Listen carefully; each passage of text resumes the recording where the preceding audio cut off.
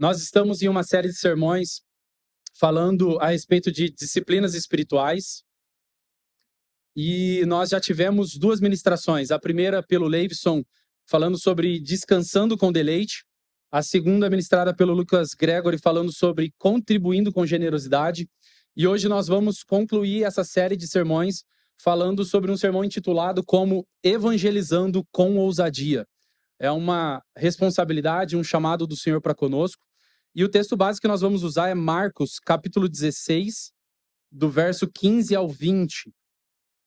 Nós vamos dar ênfase em especial ao versículo 15, 16 e o 20, mas vamos respeitar a leitura do texto como um todo nesse aspecto. Marcos 16, capítulo 15, versículo 20. A versão a qual a gente usa é NAA. Se você tem uma diferente, procura acompanhar, mas se não, a gente também está projetando aqui na projeção. Marcos 16, capítulo 15, do verso 15 ao 20. 16, 15 ao 20. Vamos juntos ler? E disse-lhes: vão por todo o mundo e preguem o evangelho a toda criatura. Quem crer e for batizado será salvo. Quem, porém, não crer será condenado. Estes sinais acompanharão aqueles que creem. Em meu nome expulsarão demônios, falarão em novas línguas, pegarão em serpentes e se beberem alguma coisa mortífera, não lhes fará mal. Se impuserem as mãos sobre os enfermos, eles ficarão curados. De fato, o Senhor Jesus, depois de lhes ter falado, foi recebido no céu e sentou-se à direita de Deus. E eles foram e pregaram por toda parte, cooperando com eles o Senhor e confirmando a palavra por sinais que lhe seguiam. Oremos, meus irmãos. Senhor nosso Deus, nós te louvamos porque o Senhor nos fala por meio da sua santa palavra. Confessamos que por vezes nós ouvimos os teus mandamentos com os ouvidos, mas o nosso coração permanece lento, distraído e por vezes resistente à sua palavra. Por isso nós suplicamos, ilumina os olhos do nosso entendimento, para que nós possamos ver a glória do seu Filho Jesus Cristo em sua palavra e que possamos compreender a profundidade da sua vontade e sermos convencidos da verdade e da necessidade de obedecê-la. Livra-nos, ó Deus, de uma fé tão somente teórica, informada, de um cristianismo que conhece o chamado, mas renuncia àquilo que é custoso. Conceda-nos a luz do teu Espírito para que nós possamos discernir o que o Senhor exige de nós. E graça para que nós possamos responder por meio do nosso arrependimento, da fé e de forma pronta. Em nome de Jesus Cristo nós pedimos a Deus que a tua palavra não volte vazia, mas que ela produza em nós todo o bom fruto necessário e desejado pelo Senhor. Em nome de Jesus Cristo, nos dê um coração submisso ao teu senhorio. É o que nós oramos em teu nome e desde já te agradecemos. Amém e amém. Todos podem se assentar. Meus irmãos, nós então ministraremos uma palavra sobre evangelização, com o título de Evangelizando com Ousadia. Nós utilizamos o texto de Marcos e nós vamos abordar um tema introdutório que eu quero causar um tanto que por uma provocação para que nós possamos refletir, porque nós vivemos um mundo um tanto que contraditório e isso torna-se evidente em algumas coisas. Nós, por exemplo, temos tantas produções teológicas, tantos livros, tantos podcasts cristãos, são tantos os perfis nas redes sociais, são tantos os ensinamentos que nós recebemos na igreja local, mas tão pouco anúncio direto do evangelho. Tanto pelos materiais que eu mencionei, mas também por nós que consumimos esses materiais.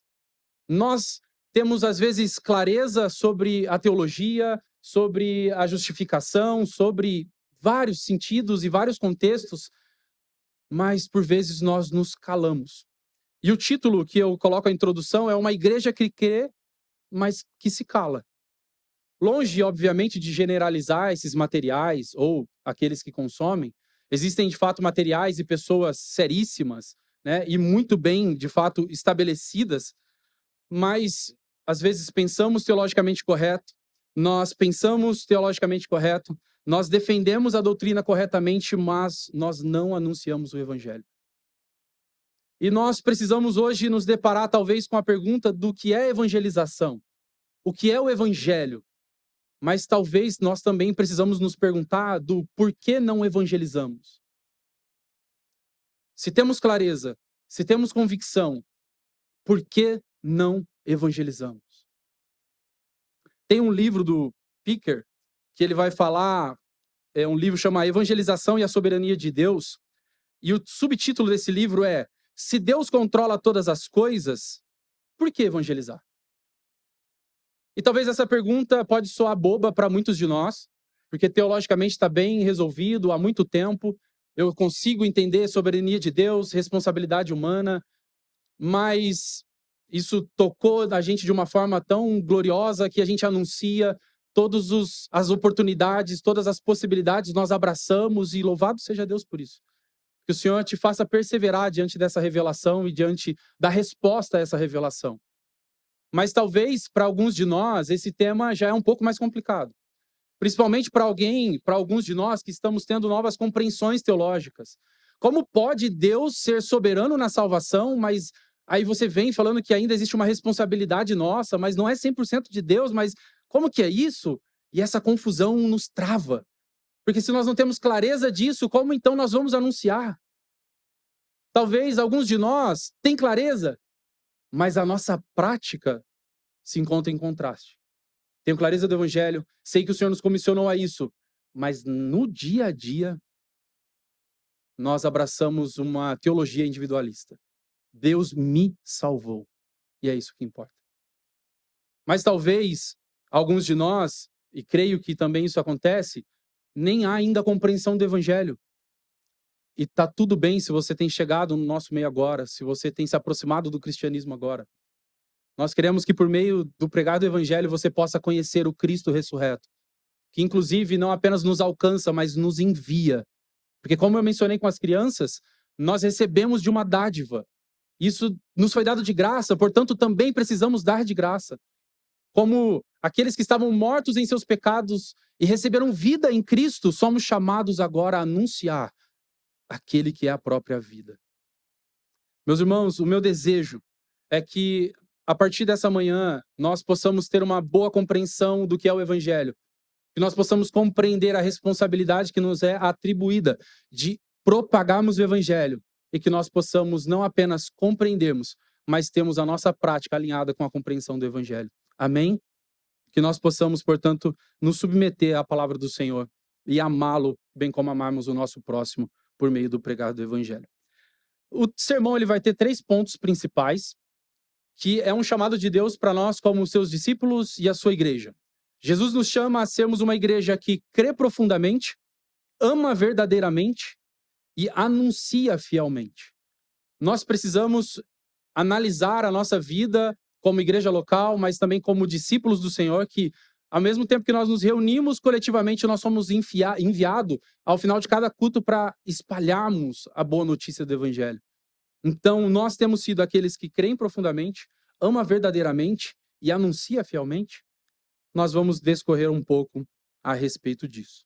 Vamos então para o nosso primeiro ponto, uma igreja que crê profundamente. Antes da gente falar sobre evangelização, acho que é importante a gente considerar o que é o evangelho em si. Então, o que é o evangelho? E eu trago uma definição da própria escritura quanto ao evangelho. Romanos capítulo 1, versículo 16 e 17, diz o seguinte: o apóstolo Paulo: não me envergonho do evangelho, porque é o poder de Deus para a salvação de todo aquele que crê. Primeiro de judeus e também do grego, porque a justiça de Deus se revela no evangelho, meus irmãos. De fé em fé, como está escrito, o justo viverá por fé. Deus é poderoso, meus irmãos. E a mensagem do evangelho carrega o anúncio desse Deus poderoso que salva pecadores. Existem algumas definições objetivas que eu quero trazer a respeito do evangelho. O evangelho, se a gente pudesse resumir, acredito que a maioria de todos aqui passaram por uma entrevista pastoral para poder se tornar membro da igreja, e a gente fala o que é o evangelho. Se talvez você ainda não está, ó o spoiler aí, né? A gente pede para que a pessoa possa explanar de forma resumida o que é o evangelho. E o evangelho é uma boa notícia. O evangelho é boas novas. O evangelho é a mensagem de Deus que nos leva à salvação. E que mensagem é essa? É a mensagem que nos confronta antes de nos consolar. É a mensagem que nos humilha antes de nos restaurar. É a mensagem que nos chama ao arrependimento antes de nos oferecer perdão. A mensagem do evangelho não é, olha, vem para cá que aqui a água é quentinha. Ela nos confronta. Porque se nós reconhecemos a mensagem do evangelho, que é de salvação, nós primeiro reconhecemos que estamos perdidos. Que nós não conseguimos nos salvar e precisamos de uma intervenção divina. Isso nos confronta, isso nos humilha. Mas ao mesmo tempo nos eleva aos lugares celestiais em Cristo Jesus quando nós reconhecemos e cremos. A Escritura nos apresenta de uma forma clara o evangelho por meio de metas narrativas. Nós somos bem familiarizados com o termo criação, queda, redenção e consumação. Nós vamos daqui a pouquinho falar um pouco sobre, mas existem duas formas claras e que a gente costuma usar, que é Deus, criação, queda, redenção e consumação, Deus, homem, Cristo e resposta. Nós vamos falar sobre esses aspectos. Mas a gente considera esses elementos bíblicos e pedagógicos que nos faz entender a mensagem do evangelho de uma forma ampla e resumida, que nos faz entender os principais pontos que nos levam, então, a uma compreensão saudável do evangelho.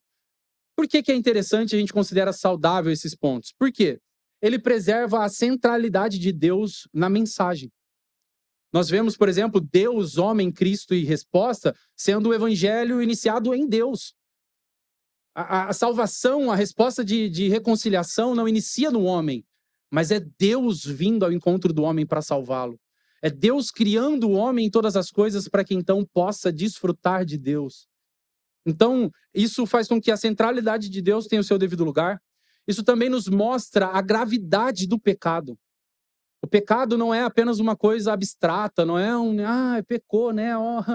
Não, o pecado é grave e deve ser tido como tal peso que as Escrituras nos apresentam. Bem como nos revela a suficiência de Cristo, que em Cristo nós temos tudo aquilo que precisamos. E, ao mesmo tempo, o Senhor exige de nós uma resposta. E essa resposta, nós veremos daqui a pouco. Isso é um sisteminha, vamos colocar a criação, queda, redenção, consumação, Deus, homem, Cristo e resposta, que faz com que nós compreendamos a importância desses pontos, ao mesmo tempo que nós não caiamos num moralismo e nem mesmo num subjetivismo. Ou seja, olha, eu vou fazer e vou conquistar, mas ao mesmo tempo não importa, não precisa se arrepender, só vem. Então, esses são pontos interessantes. Vou falar de forma bem objetiva com relação à criação, queda, redenção e consumação, e depois sobre Deus, homem, Cristo e resposta. Quando a gente pensa em criação, a nossa ordem de culto, domingo após domingo, tem essa estrutura.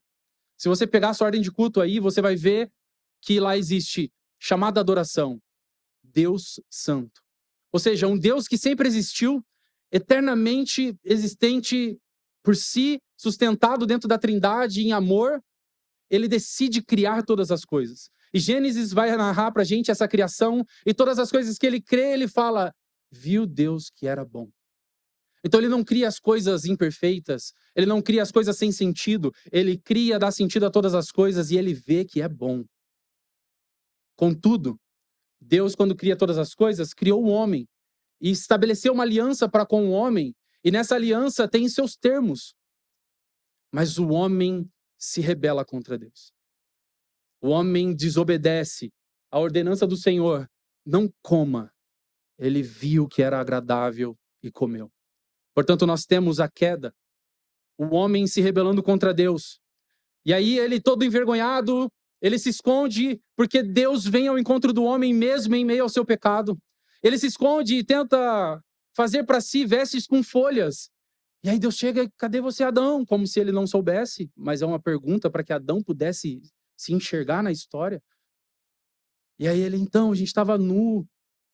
Interessante que Deus fala assim, mas quem falou que você estava nu? Ou seja, quem está dando sentido a você que não eu? Existe uma outra coisa dando sentido, mas eu que te criei para um propósito, para um objetivo. E esse é de se relacionar com Deus, de gozá-lo e glorificá-lo para sempre. o que Adão não fez. E aí o Senhor, portanto, em meio ao pecado, à vergonha, ele promete aquele que viria e pisaria a cabeça da serpente. Ali nós temos o chamado proto-evangelho, um pré-anúncio daquele que viria. Jesus vem em carne, ele nasce, ele vive a vida que nós fomos incapazes de viver, ele morre a morte que eu e você merecíamos, e ele ressuscita para que nós tenhamos a redenção dos nossos pecados. E sabe o que é mais glorioso? É que ele disse, está consumado. A obra do Senhor está plenamente realizada. Contudo, chegará o dia em que isso se tornará evidente no retorno de Cristo. Ele em breve voltará e não mais pecaremos contra o Senhor, não mais nos rebelaremos contra o Senhor, viveremos plenamente com o nosso Deus. Ele habitará entre nós. Meus irmãos, o Evangelho é glorioso. O Evangelho é glorioso. Criação, queda, redenção e consumação. Quando a gente pensa Deus, eu vou repetir algumas coisas com relação a isso para a gente poder pensar também. Deus é o ponto de partida do Evangelho. Ele não começa com o homem, então não é uma iniciativa do homem em salvar a si mesmo, não é uma questão terapêutica. Nós vemos um Deus criador, santo, justo e bom, que governa sobre todas as coisas e estabelece o seu padrão como um rei santo sobre todas as coisas. Porém, nós vemos que não por falta de sentido o homem se rebela. E nós vemos o homem. O homem precisa ser visto na condição, pela ótica de Deus. Deus o cria à sua imagem e semelhança. Deus o cria de forma digna. Contudo, ele se encontra caído agora em seu pecado, por iniciativa própria. Então o homem carrega uma culpa, o homem carrega uma corrupção. E ele é incapaz de salvar a si mesmo. Ele tentou, como eu disse, fazer uma veste para si, ou seja, se revestir de algo que cobrisse a sua culpa, a sua vergonha, o seu pecado. Mas o Senhor o viu, e isso não foi suficiente. Meus irmãos, nunca será suficiente aquilo que nós possamos fazer por nós mesmos para obtermos a redenção. Somente em Cristo Jesus nós encontramos. Portanto, nós vemos Cristo como o centro, como o conteúdo, como o próprio Evangelho. Cristo, gente, se revelou como Salvador. O Evangelho, ele não é um método. Ele não é a ideia de enchermos uma igreja numericamente, de termos uma maior arrecadação. O Evangelho é a pessoa e a obra de Jesus Cristo. O Deus que se esvaziou, que se fez carne por amor a mim e a você. Ele morreu a morte que nós merecíamos. A culpa do nosso pecado repousou sobre os ombros de Cristo na cruz. Ele ressuscitou e ele venceu aquilo que eu e você não conseguimos. O que nós produzimos por nós mesmos foi a morte. O salário do pecado é a morte, mas ele vence a morte para que tenhamos vida em Cristo. E a resposta ela é uma implicação inevitável do Evangelho. O Senhor, ele exige uma resposta que ele não dá forma ao Evangelho, mas ele descorre ou decorre do Evangelho. O Evangelho nos alcança, nós cremos em Jesus Cristo, portanto nós nos arrependemos. A fé nos é dada, o arrependimento também nos é dado, mas essa resposta precisa ser da nossa parte, em submissão a Cristo, não apenas como o Salvador, mas como o Senhor de nossas vidas. Crer no Evangelho implica em termos uma nova vida, em caminharmos de uma nova forma. Isso é intrínseco. A fé é distinto? É, mas não tem como separarmos. O crer em Jesus e vivermos de uma forma como se fosse um ateísmo prático. Quantos estão me entendendo, meus irmãos? A gente precisa destacar algo importante, que a resposta ela é ordenada por Deus, mas é possibilitada por Deus também mediante a sua graça. E ela é operada pelo seu Espírito. Que nós possamos responder dizendo: Senhor, bendito seja o seu nome, por reconciliar-nos com Jesus, com Deus o Pai, por meio do seu Filho Jesus Cristo. Isso é obra do Espírito. Meus irmãos, essa estrutura de criação, queda, redenção, consumação, de Deus, homem, Cristo e resposta, ela mantém o evangelho teocêntrico, ou seja, Deus no centro de tudo isso. ele evita com que a nossa fé seja uma experiência pessoal. O que é a fé? A gente começa a contar o nosso testemunho. E a gente reduz o evangelho a isso por vezes. Ela nos protege do legalismo, da ideia de, olha, obedeça que então você vai ser aceito. E ao mesmo tempo, ela vem contra a ideia do universalismo. Olha, você é aceito do jeito que você é, não precisa se arrepender, não precisa crer. Jesus te ama. Dizer para alguém tão somente que Jesus o ama, hoje em dia não é suficiente. Porque são tantos os Jesuses criados por aí. Jesus tão parecido com a gente que nem a gente mais é transformado. O evangelho tão diluído. Mas o evangelho verdadeiro diz Cristo, em Cristo, você é aceito, portanto, creia e arrependa-se. Nós vemos em ambos os pontos, criação, queda, redenção, consumação, Deus, homem, Cristo e resposta, Deus agindo na história por meio de Jesus Cristo para salvar o seu povo. Nós precisamos crer corretamente para anunciarmos corretamente, para que o evangelho não se torne um outro evangelho e nós sejamos considerados malditos. Que o Senhor nos tome por temor, para que sejamos encontrados fiéis diante do evangelho e do anúncio do evangelho. Amém, igreja? Bom, compreendendo a mensagem do evangelho de forma objetiva, nós precisamos nos perguntar, então, o que é evangelização? É proclamar esse evangelho. Amém? Vamos orar e vamos para casa. Nós precisamos entender que, para nós cristãos, o evangelho, ele é essa boa notícia, é a mensagem de Deus que salva o homem, mas, antes de tudo, o evangelho é a obediência. É a obediência a um Cristo ressurreto que nos comissionou a proclamação dessa verdade gloriosa. O evangelho para nós não é só a mensagem, mas é obediência. É o Senhor nos comissionando para que essa mensagem não apenas nos toque, mas agora toque a partir de nós por meio da proclamação. E aí, alguns pontos interessantes. Evangelização é obediência antes de estratégia. Como eu mencionei, a evangelização não é um método estabelecido pela igreja para que ela possa, então, crescer numericamente. Ela é uma realidade ordenada por Cristo Jesus para que a igreja, então, na sua beleza, possa fazer conhecido Cristo. A gente não vê Jesus falando que o evangelho é um marketing multinível. A gente não vê Jesus falando assim, ó, vão se vocês tiverem certeza de que vai ser eficaz. Proclama o evangelho para aquele que você sabe que vai ser convertido. A gente não vê Jesus falando assim, olha, vai quando o contexto for favorável. A gente não vê Jesus falando assim, olha, vão se as pessoas estiverem totalmente abertas. A gente não vê Jesus falando assim, olha, vão para aqueles que já estão assim, dando um match, já tá flertando com o evangelho. Aí é fácil. Nós vemos Jesus sendo claro. Marcos 16:15. Vão por todo mundo e preguem o evangelho a toda criatura. Paulo, para Timóteo, em 2 Timóteo 4:1-2 diz: peço a você com insistência que pregue a palavra, insista, quer seja oportuno, quer não. Gente, esses textos são claros para nós. É uma diretiva, é uma ordenança do Senhor para os seus discípulos, para a sua igreja, dizendo: vão, anunciem esse evangelho, comuniquem essa realidade gloriosa do Cristo que se entregou por amor aos pecadores. Tem aquela ideia, né, por alguns que ainda se torna, sei lá, de que, olha, vá, pregue, se preciso, use a palavra. Gente, não existe evangelho sem palavras. Como eu disse, o evangelho é a mensagem. Claro que o nosso testemunho, a nossa forma de viver, a nossa resposta ao evangelho se torna um testemunho, uma ilustração da obra de Cristo, mas não é o evangelho. Portanto, pregue. Pregue usando palavras e, ainda mais preciso, a palavra de Deus.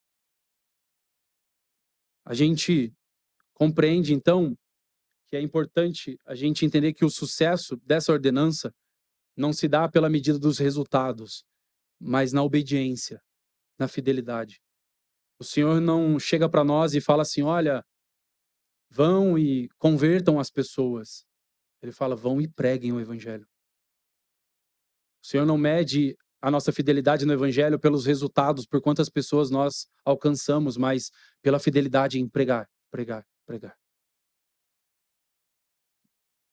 Se a gente observar o versículo 16 de Marcos 16, perdão, a gente vai ver um ponto interessante que talvez vai ressignificar o sucesso para a gente da evangelização.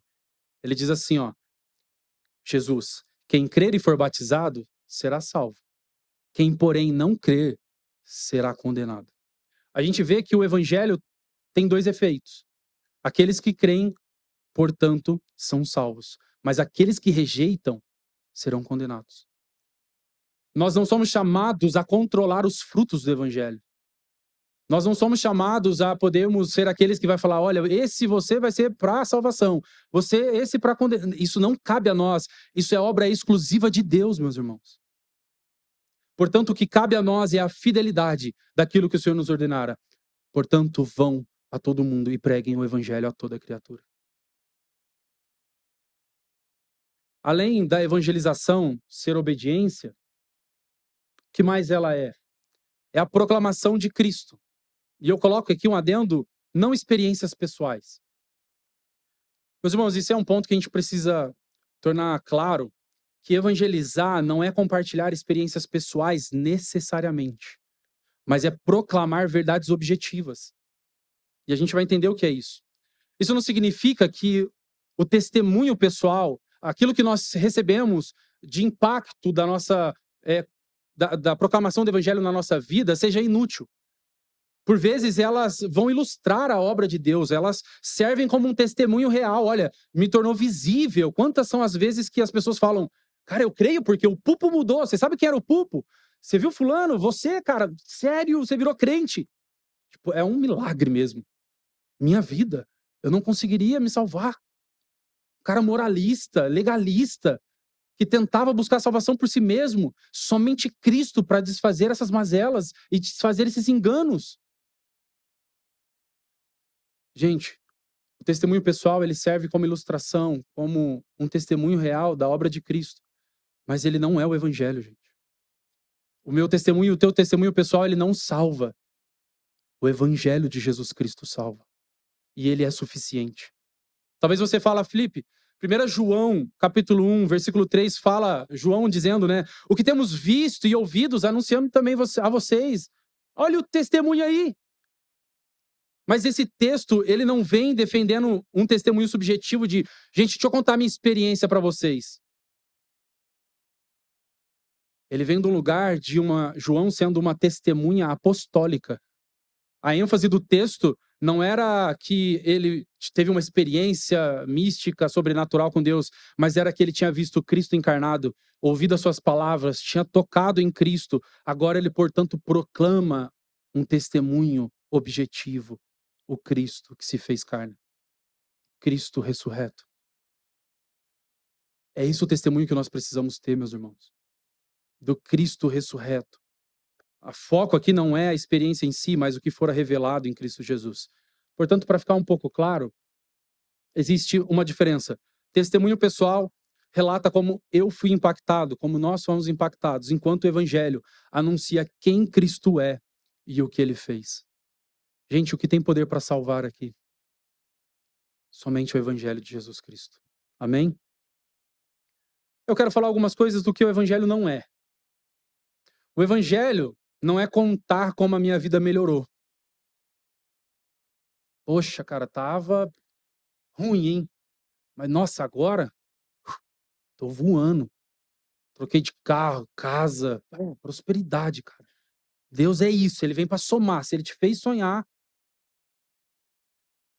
foi mal. Ele não é oferecer um estilo de vida cristão. Olha, agora faz A, B, C, D, que aí você consegue. Não é vender os benefícios da fé como se o evangelho fosse uma promessa de solução imediata, porque se fosse assim, essa igreja estaria vazia. Quem aqui creu em Jesus, todos os problemas acabaram, gente. O problema intrínseco do pecado, da queda, isso foi resolvido e louvado seja Deus, porque fomos criados para a eternidade em Cristo Jesus. Mas aí, a conta chega, às vezes atrasa, a enfermidade bate. Não é uma solução imediata quanto o agora. É uma realidade intrínseca agora, mas que permeia a eternidade. O evangelho não é uma proposta terapêutica. Nossa, agora minhas emoções vão estar em seu lugar, as coisas agora, né? Ó, Deus olha para mim, sabe? Me entende. Existe uma paz que excede todo entendimento, mas não é terapêutica. O evangelho não é um produto espiritual que a gente vende na Hotmart, na Eduz, QIFI.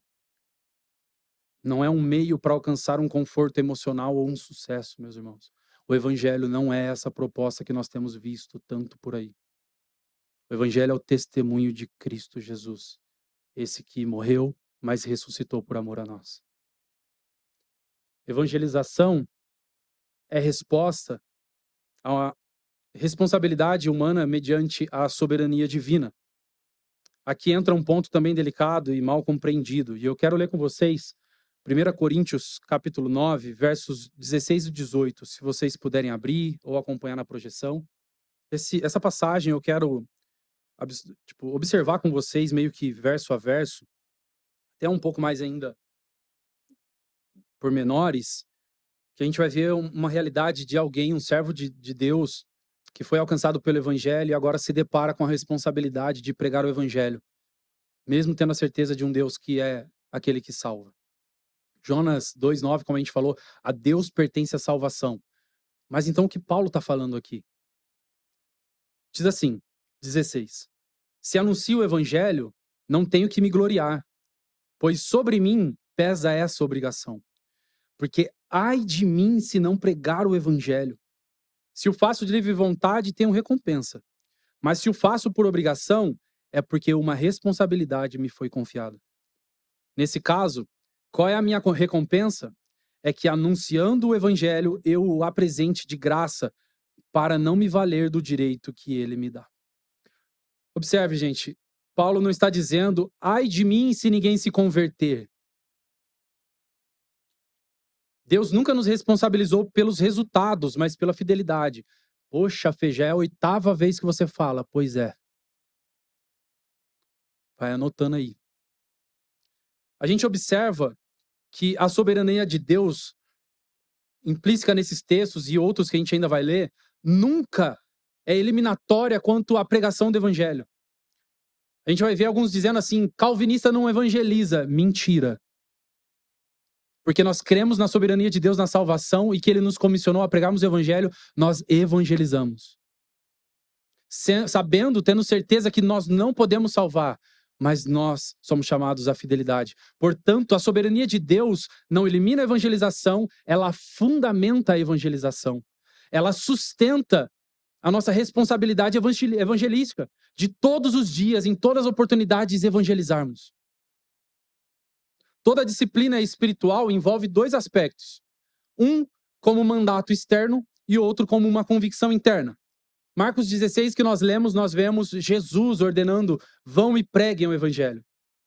Mas ao mesmo tempo, nós vemos aqui em 1 Coríntios, Paulo com uma convicção interna, impressa pelo Espírito Santo, de uma responsabilidade diante daquilo que lhe foi confiado.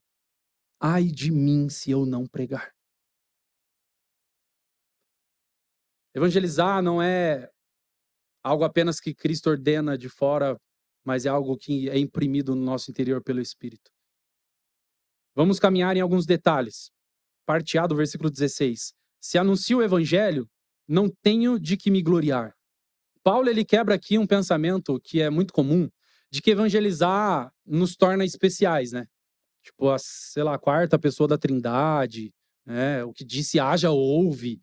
Meu Deus. E Paulo já fala assim, gente, evangelizar não faz ninguém se gloriar, porque não é mérito, é dever, é responsabilidade. Não toma a gente de orgulho, toma a gente de temor. Aqui Paulo, ele destrói 2 desculpas comuns. Evangelizar é para quem tem dom e evangelizar é para quem se sente chamado. Deixa eu te dizer uma coisa. O dom nós recebemos em Cristo Jesus, a graça imerecida.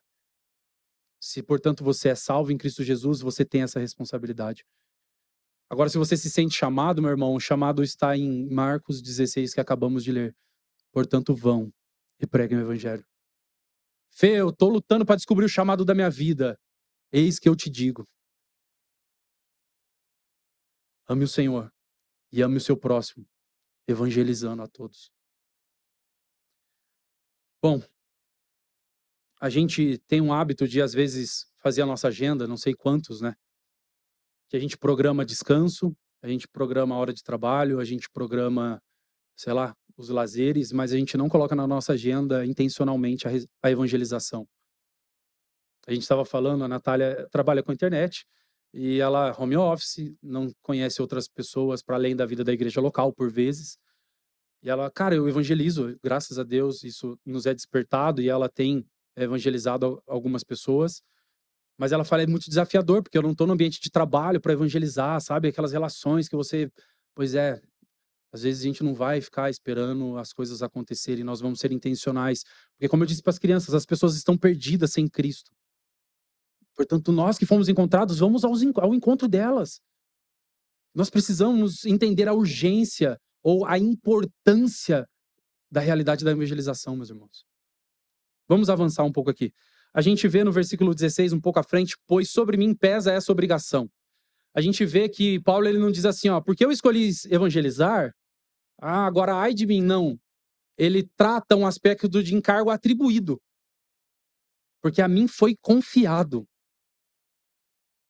A soberania de Deus nunca anula a nossa responsabilidade. Paulo entende que Deus é soberano na salvação e que ele é responsável na proclamação do evangelho. Porque assim Deus o quis. Evangelização, meus irmãos, é sinônimo de mordomia. Nós estamos a serviço do Cristo. Isso confirma a nossa cultura, né? De que às vezes deixamos a evangelização como opcional, mas não para nós como cristãos que estamos amadurecendo. Se talvez para você evangelizar era uma opção, que a partir de agora se torne uma prioridade e que nós possamos lidar com isso. E aqui chega uma parte muito desconfortável do texto, que ele fala assim, porque ai de mim se eu não pregar o evangelho. É um lamento real, gente. Paulo não está falando assim, ó, seria melhor evangelizar. Ele está falando assim, evangelizar, quer dizer, não evangelizar é trágico. É ignorarmos a condição daqueles que estão fora de Cristo. Essa linguagem, gente, pode soar, e eu acho que ela é pesada e tem o seu porquê. Mas às vezes para alguns, inclusive que ainda não têm a compreensão do evangelho, parece que a gente está fazendo uma lavagem cerebral. Agora eles estão, olha gente, vocês têm que anunciar essa mensagem. Vão, olha, ai de vocês. Não sou eu dizendo, é o Senhor. É Paulo expressando aquilo que está impresso dentro do seu interior. Mas que não é para nós, não deve ser para nós um peso indevido. A evangelização, ela nasce de um espírito que não vem de um lugar de pressão, mas de um lugar de milagre da salvação. Paulo, ele fala como alguém que foi liberto da morte, tirado das trevas, foi alcançado por uma graça imerecida. É essa indignação santa que Paulo tem em vista quando ele fala, ai de mim, porque a mim foi confiado o ministério da reconciliação. Assim como a nós. Ele sabe que aquilo de qual foi salvo é a mesma condição que todos se encontram fora de Cristo. Por amor ao próximo e por amor ao Senhor, meus irmãos, que nós não nos calemos. Porque o silêncio daqueles que creem e conhecem o Evangelho para aqueles que estão perdidos é ensurdecedor. É viver com a realidade de que estarão condenados por todo sempre. Ao Senhor pertence a salvação e a nós a proclamação do Evangelho. Quando a graça de verdade nos alcança, ela não apenas produz em nós um perdão, mas ela nos envia. A graça nunca parou no você foi salvo e perdoado. Ela continua dizendo agora vai. Qual evangelho a gente tem vivido? O que Deus me salvou, o que Deus nos salva. Toda disciplina espiritual, ela exige intencionalidade. Essa semana a gente estava em um aconselhamento, eu falei intencionalidade. A pessoa falou, cada pessoa parece que eu converso nessa igreja fala de intencionalidade. Pois é. Ninguém ora profundamente meio que por acidente, sabe? Poxa, me peguei orando pelos irmãos, pela igreja, pela salvação, orando pelos órfãos, pelas viúvas, necessitados. Nossa, assim, do nada me peguei. Intencionalmente, nós oramos profundamente no lugar de reconhecendo que diante de Deus nós temos aquele que nos ouve e pode intervir. Ninguém também cresce na palavra se não for intencional no estudo, na meditação, se não esmirilhar, se esmerar da palavra, se gastar tempo, horas. Assim como, gente, não tem como, sem intencionalidade, nós pegarmos o evangelho em todos os lugares, a todas as pessoas. A evangelização precisa ser uma prática intencional para nós. Considerar a vida cristã sem um espaço de proclamação do evangelho é estruturar uma espiritualidade voltada para si. É viver uma vida cristã sem evangelização, é conviver com esse ai num lugar de culpa. E não só de culpa, mas de pecado contra o Senhor e contra o nosso próximo. Talvez quando a gente lê a lei aqui, você fala, eu tenho amado o meu próximo. Eu tenho sido responsável para com a minha casa, com os meus filhos, minha esposa, meu marido, meus pais, pessoas da igreja, eu cumprimento. Mas talvez você tenha sido aquele que se cala diante dos perdidos. E você não tem amado o próximo como deveria. E hoje isso precisa nos despertar para o arrependimento e uma mudança, meus irmãos. Avançando. Versículo 17. Se o faço de livre vontade, tenho recompensa. Mas se o faço por obrigação, é porque uma responsabilidade me foi confiada. Ele avança um pouco mais. Ele fala assim, mesmo se eu evangelizar sem alegria, mesmo eu evangelizar se apenas eu considerar isso como um dever, mesmo se eu evangelizar cansado, essa responsabilidade continua sendo minha. Isso destrói uma culpa ou uma desculpa do eu não tô com o coração no lugar certo, sabe? Eu preciso me alinhar primeiro para então eu. A evangelização, ela não é movida por emoção, mas por fidelidade. Assim como a conversão não é emocionar as pessoas, manipular as pessoas para que elas possam crer, mas é uma obra sobrenatural do Senhor que vem a partir da fidelidade dos seus. A fé vem pelo ouvir e ouvir a palavra de Deus. E ele avança no 18, nesse caso, qual é a minha recompensa? Não é financeira, não é de prestígio. A recompensa dele é pregar o evangelho gratuitamente porque de graça recebeu, confiando que só Deus pode fazer o que ele faz. Isso nos liberta do sucesso visível, do medo do fracasso. Imagina eu chegar, rapaz do serviço, evangelizar ele não crê. Perdeu o crédito do evangelho, mas como crerão se não há quem pregue? Pregue o evangelho com o objetivo de persuadir. A gente teve uma conversa essa semana, a gente estava os pastores almoçando e eu falei assim, gente, eu tenho uma questão do meu sermão para trazer para vocês que está me incomodando. Porque essa palavra persuadir, para mim, é difícil de engolir. Soa manipulável. Soa, sabe? Cara, tem que persuadir a pessoa. Tipo, e aí eu falei, cara, eu quero tirar essa palavra. Eu falei assim, o evangelho é com o objetivo de pregar o evangelho. Amém, amém. E aí eles me lembraram algumas definições que alguns dos nossos irmãos teólogos trazem, que evangelizar é ensinar ou pregar o evangelho com o objetivo de persuadir. E Atos capítulo 26, a gente vai abrir daqui a pouco, ou eu posso ler para ganhar tempo, a gente vai ver Paulo diante do rei Agripa, e ele não tenta se mostrar superior, ele não tenta negociar o evangelho, ele compartilha da obra de Cristo, e ele traz consigo, então, Atos 26, 28 e 29 diz assim, então Agripa se dirigiu a Paulo e disse, por pouco você me convence a me tornar cristão. Algumas versões vai falar, por pouco você me persuade a me tornar cristão. Paulo respondeu, peço a Deus que faça com que, por pouco ou por muito, não apenas o Senhor, ó Rei, mas todos os que hoje me ouvem venham a ser alguém como eu, mas sem as correntes. Porque ele estava preso. Ele estava defendendo pelas acusações de pregar o evangelho. Então, Paulo entende a responsabilidade de anunciar o evangelho de forma coerente, de forma clara, ao ponto de as pessoas conseguirem compreender que nós não estamos trazendo para elas uma ideologia, uma filosofia de vida, uma coisa do agora, mas uma realidade eterna. A persuasão não é nós termos argumentos filosóficos, aquilo que Paulo vai falar, olha, não os persuado, eu não quero convencê-los com palavras de sabedoria humana, mas do poder de Deus. A persuasão é termos uma clareza do evangelho, uma coerência com o evangelho diante das coisas da vida. Portanto, isso nos atribui uma responsabilidade de nos dedicarmos à palavra de Deus ainda mais. Paulo evangeliza com ousadia, e a ousadia não é só porque ele sabe bons argumentos. A gente vai ver daqui a pouco que a ousadia nasce do lugar de oração. Paulo reconhece que a conversão é real, a perdição é real, a graça é real, e Deus age por meios reais para a salvação dos seus.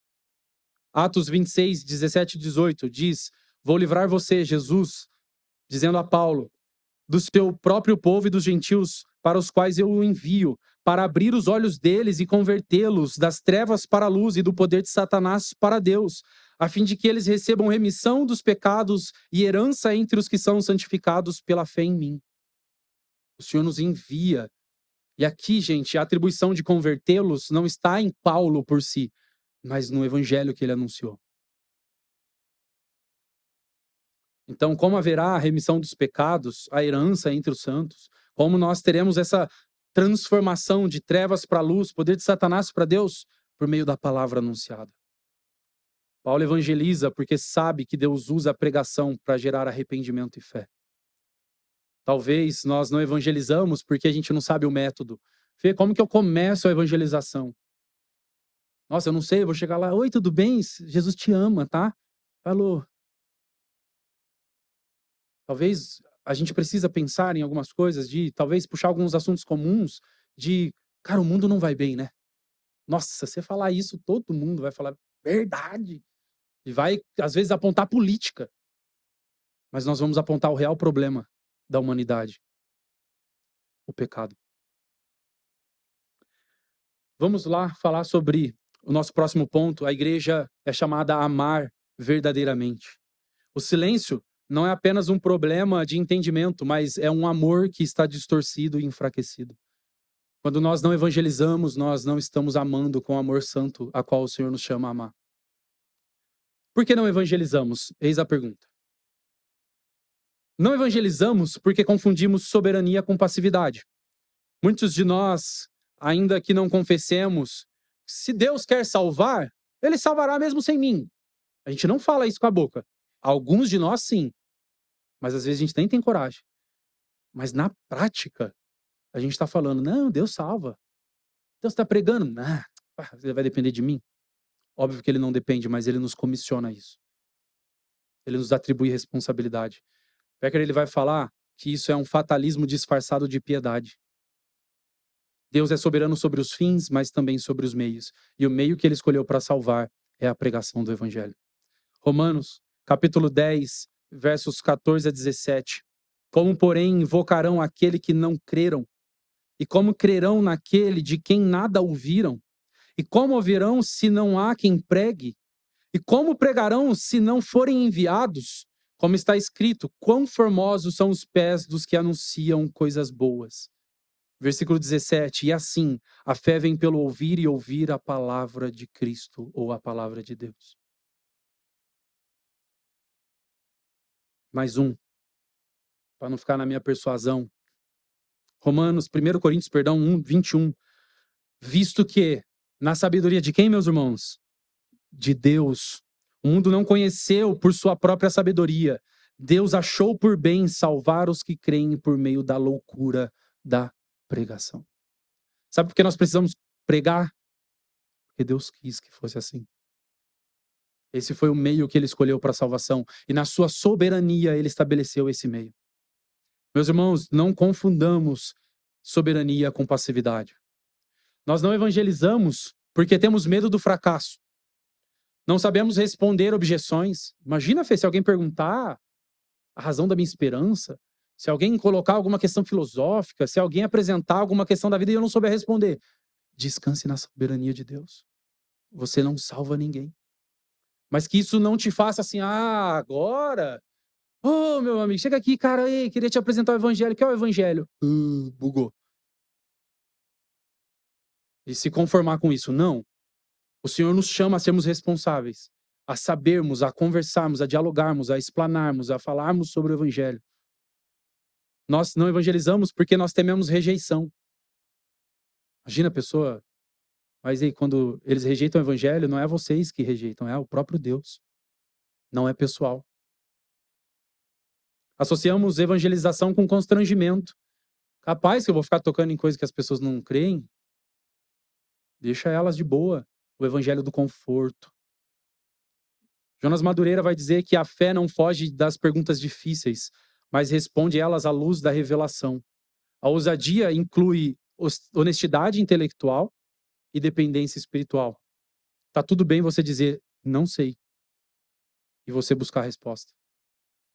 Você não é Deus, você não é o soberano para poder ter que responder todas as coisas. Tudo bem, você precisa ser honesto. Isso nos reforça que precisamos ter clareza do evangelho, precisamos orar, precisamos meditar, precisamos estudar, precisamos nos dedicar para que o evangelho seja parte da nossa vida e seja apto aos nossos lábios.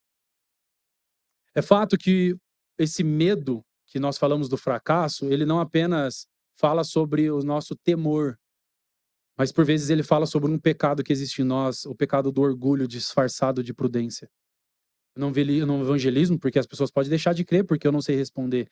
Isso às vezes não é prudência, isso por vezes é pecado. Evitar o fracasso público parece humildade, mas é amor à própria reputação. Que nós permitamos nos gastar por amor a Cristo, amém? Vocês estão comigo, gente? Vai chegar a parte boa. Tá brincando. Nós não evangelizamos porque confiamos mais em nós do que no Espírito. Becker, ele afirma algo contundente. Sempre que esquecemos da soberania de Deus, começamos a confiar em técnicas. Nós precisamos pensar no meio, numa estratégia, nós precisamos sim, mas nunca podemos esquecer, perder de vista a soberania de Deus. O resultado, quando isso acontece, a gente começa a manipular as pessoas, a gente começa a desistir com medo. Nós não evangelizamos porque perdemos o senso do juízo eterno. Quando o inferno se torna uma doutrina abstrata, como algo imaginário da nossa cabeça, não como algo real, dito pelas escrituras, evangelização se torna opcional. Gente, nós precisamos entender a seriedade que é isso. Que é uma realidade. Aqui existe um eixo que a gente traz. Uma igreja que ama verdadeiramente, ela não relativiza a condenação. Ela não negocia a verdade. Ela não se conforma com o silêncio. Somos parte de uma igreja gloriosa, meus irmãos, para proclamarmos as boas novas. E vamos para o nosso último ponto. Anuncia fielmente. Atos capítulo 4, se você quiser abrir, Atos 4, 29 ao 31, diz assim: Agora, Senhor, olha para as ameaças deles e concede aos teus servos que anunciem a tua palavra com toda ousadia. Enquanto estendes a tua mão para fazer curas, sinais e prodígios por meio do nome do teu santo servo Jesus, tendo eles orado, tremeu o lugar onde estavam reunidos. Todos ficaram cheios do Espírito Santo e com ousadia anunciavam a palavra de Deus. O título desse sermão é Evangelizando com ousadia. E ousadia não está embasada na nossa persuasão própria, humana, na habilidade que a gente tem de dialogar, de argumentar, contra-argumentar, mas no espírito. Nesse texto a gente vê que essa ousadia não tem a ver com temperamento ou personalidade. Você é o quê? Fleumático? Você é o quê? Não importa. Não, eu sou extrovertido. Nossa, o evangelista nato. E o tímido não é chamado a proclamar o evangelho? Não trata de personalidade, de temperamento. Trata de uma vida produzida pelo Espírito. Do ai que Paulo falou. Ai de mim se não pregar, porque essa responsabilidade pesa sobre os nossos ombros. Se a timidez te impede, meu irmão, eu quero dizer, você está em pecado. Se arrependa. A oração, gente, tem um lugar especial na pregação. Não é que ela vai preparar o terreno, não. É que ele nos fundamenta, nos fortalece, para que tanto a pessoa possa crer, para quanto nós possamos pregar, para enfim. Meus irmãos, o contexto dessa igreja, de Atos 4, era uma igreja que estava em ameaça, estava sob pressão, estava correndo um risco sério. E eles não pedem proteção, estratégias ou relevância cultural para poder ter voz para falar.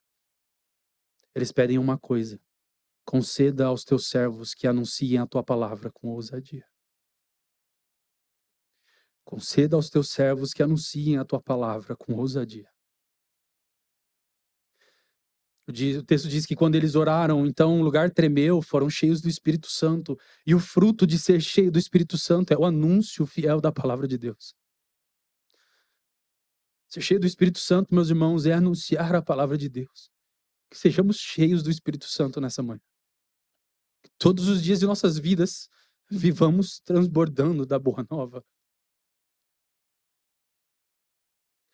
Não foi o contexto que mudou, não foi a perseguição que cessou, foi a igreja que foi fortalecida pelo Espírito de Deus. Talvez as pessoas não vão se abrir mais para você, o contexto não vai mudar.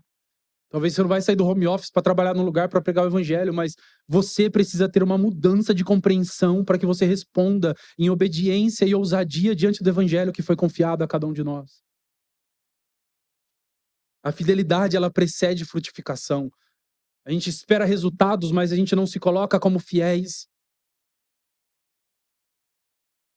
Nem sempre nós vamos ver resultados, mas em todo tempo nós somos chamados à fidelidade.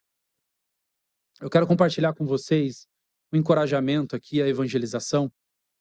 O livro Evangelho e Evangelização de 9 Marcas vai trazer alguns encorajamentos ou para a gente poder lidar com o evangelho. E ele traz alguns pontos práticos aqui. Primeiro é: medite profundamente no evangelho. Esse é o centro de tudo. Gastar tempo com o evangelho. Conhecer, se debruçar as sagradas escrituras. Pensar em quem Deus é, na sua santidade, nas justas reivindicações que a sua palavra nos atrai, o seu caráter nos exige, mas que a sua graça também nos possibilita.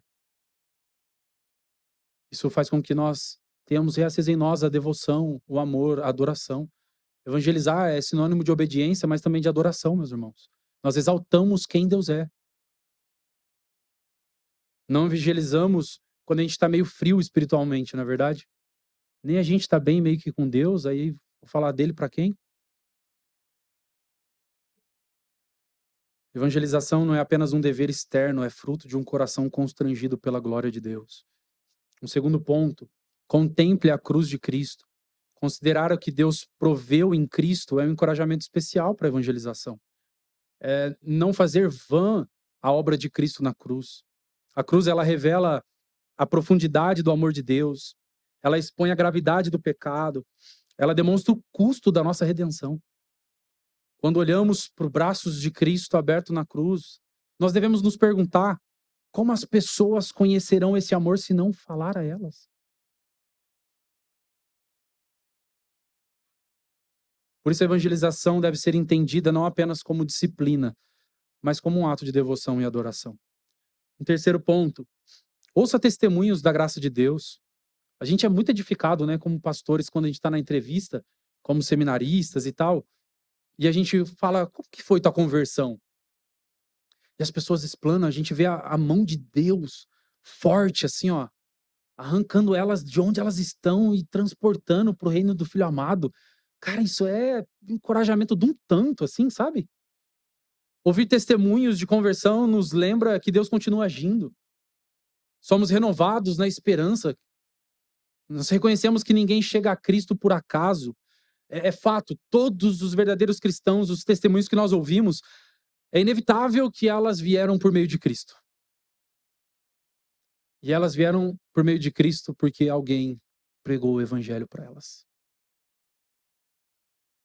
Você conhece alguém que conheceu a Cristo e que não conheceu por meio do evangelho, talvez precisamos, com zelo, com temor, perguntar que Cristo é esse que ele crê. Que o Cristo verdadeiro, ressurreto, ele se revelou na sua palavra. Considere seriamente a realidade do inferno, é o quarto ponto. Isso é sóbrio e necessário. Não, falar de inferno, Deus o livre. Deus nos livre, mas como? Pregando o evangelho, crendo. Pensar na brevidade da vida e na realidade do juízo é necessário, meus irmãos. A gente está tão entretido nas nossas coisas, nas nossas responsabilidades, que a gente esquece que a vida é um sopro. Que os dias estão se passando, as pessoas estão, sim. A parte de Cristo, fora de Cristo, o encontro do homem com Deus é aterrorizador. Não é porque Deus é mau, mas é porque ele é perfeitamente justo. Quando a eternidade se torna abstrata, a evangelização perde urgência, o silêncio parece aceitável, o amor ao próximo se enfraquece. E está tudo bem. Mas quando nós lembramos que o juízo vindouro é real, nós somos movidos não por pânico, mas por um amor responsável. Nós somos chamados a amar o nosso próximo. E o amor não é um amor de tolerância, no sentido pejorativo, tá, gente? É um amor de amarmos ativamente e santamente. Lembre-se de evangelizar, que glorifica a Deus. Esse último encorajamento aponta para o fim último do homem, que também é o da evangelização: glorificar a Deus. É fazê-lo conhecido, portanto, possibilita que também nós gozemos de Deus e o glorifiquemos. Deus nos criou para isso, glorificar e gozá-lo para sempre. Deus é glorificado quando é conhecido. Falar a verdade sobre Deus é louvá-lo publicamente. Evangelizamos porque Deus é digno de ser conhecido, porque a sua verdade é bela. Sua glória não pode ser confinada no coração do crente tão somente. Eu quero partir para a nossa conclusão. Uma igreja que confia, anuncia. As disciplinas espirituais não existem para nos tornar confortáveis, mas para nos conformar a Cristo. Então nós somos chamados a crermos, mas também a anunciarmos. Cristo é aquele que veio ao mundo, anunciou o reino, chamou ao arrependimento e entregou a própria vida por nós, pecadores. Espiritualidade que não nos empurra para fora não é uma espiritualidade bíblica. Se você, nossa, eu tô voando em Deus e vive para si, você não tá voando em Deus. Se você não é chamado a parecer-se com Cristo e levar outros a esse lugar, tua espiritualidade está corrompida, está distorcida. Meus irmãos, uma igreja cheia do Espírito é uma igreja que não consegue permanecer em silêncio. Que o Senhor nos livre do medo, do silêncio, da autossuficiência. Que o Senhor nos faça uma igreja que crê profundamente, ama verdadeiramente e anuncia fielmente. Amém? Gostaria de convidar você, se possível, a fechar os olhos, curvar sua cabeça. O time de louvor. Senhor, Tu és o nosso Deus e Pai, e nós nos colocamos diante de Ti, com os nossos corações agora expostos pela Tua palavra. Nós Te louvamos porque Tu nos falaste com verdade e graça. E confessamos. Muitas vezes sabemos o que deve ser feito, mas nós adiamos, nós evitamos, nós nos silenciamos, nós desobedecemos, nós pecamos. Perdoa-nos, Senhor, porque nós fragmentamos o Evangelho, por conhecer corretamente, mas não anunciarmos com ousadia. Perdoa-nos, ó Deus, quando nós transformamos a Tua soberania como desculpa para que nós possamos nos isentar da nossa responsabilidade. Nós Te pedimos, renova em nós a certeza de que o Evangelho é o poder de Deus para a salvação de todo aquele que nele crê. Reaviva em nossos corações a convicção de que conversão é real, o inferno é real, a graça é real e que o Senhor o utiliza de meios reais para salvar. Livra-nos, Deus, de uma fé acomodada. de uma espiritualidade voltada à nossa vida para si, sabe? Para o eu. Que sejamos uma igreja que crê corretamente e não se cala. Conceda-nos, ó Deus, o que a igreja em Atos pediu. Ousadia para anunciarmos a tua palavra. Conceda-nos aos teus servos. Encha-nos do teu Espírito Santo. Que a tua glória seja maior que o nosso receio, que o nosso medo. Dai-nos corações contritos, dispostos a obedecer antes mesmo de sentir, prontos a gastar e a nos deixar gastar por aqueles a qual o Senhor se entregou. Que nós saiamos daqui uma igreja que ora, que confia na tua soberania e que anuncia o Evangelho para a glória do teu nome. Nós oramos a Deus confiando não nas nossas capacidades de argumentos pessoais, mas na certeza que o teu Espírito opera por meio da sua palavra. Em o nome de Jesus Cristo nós oramos e te agradecemos. Amém.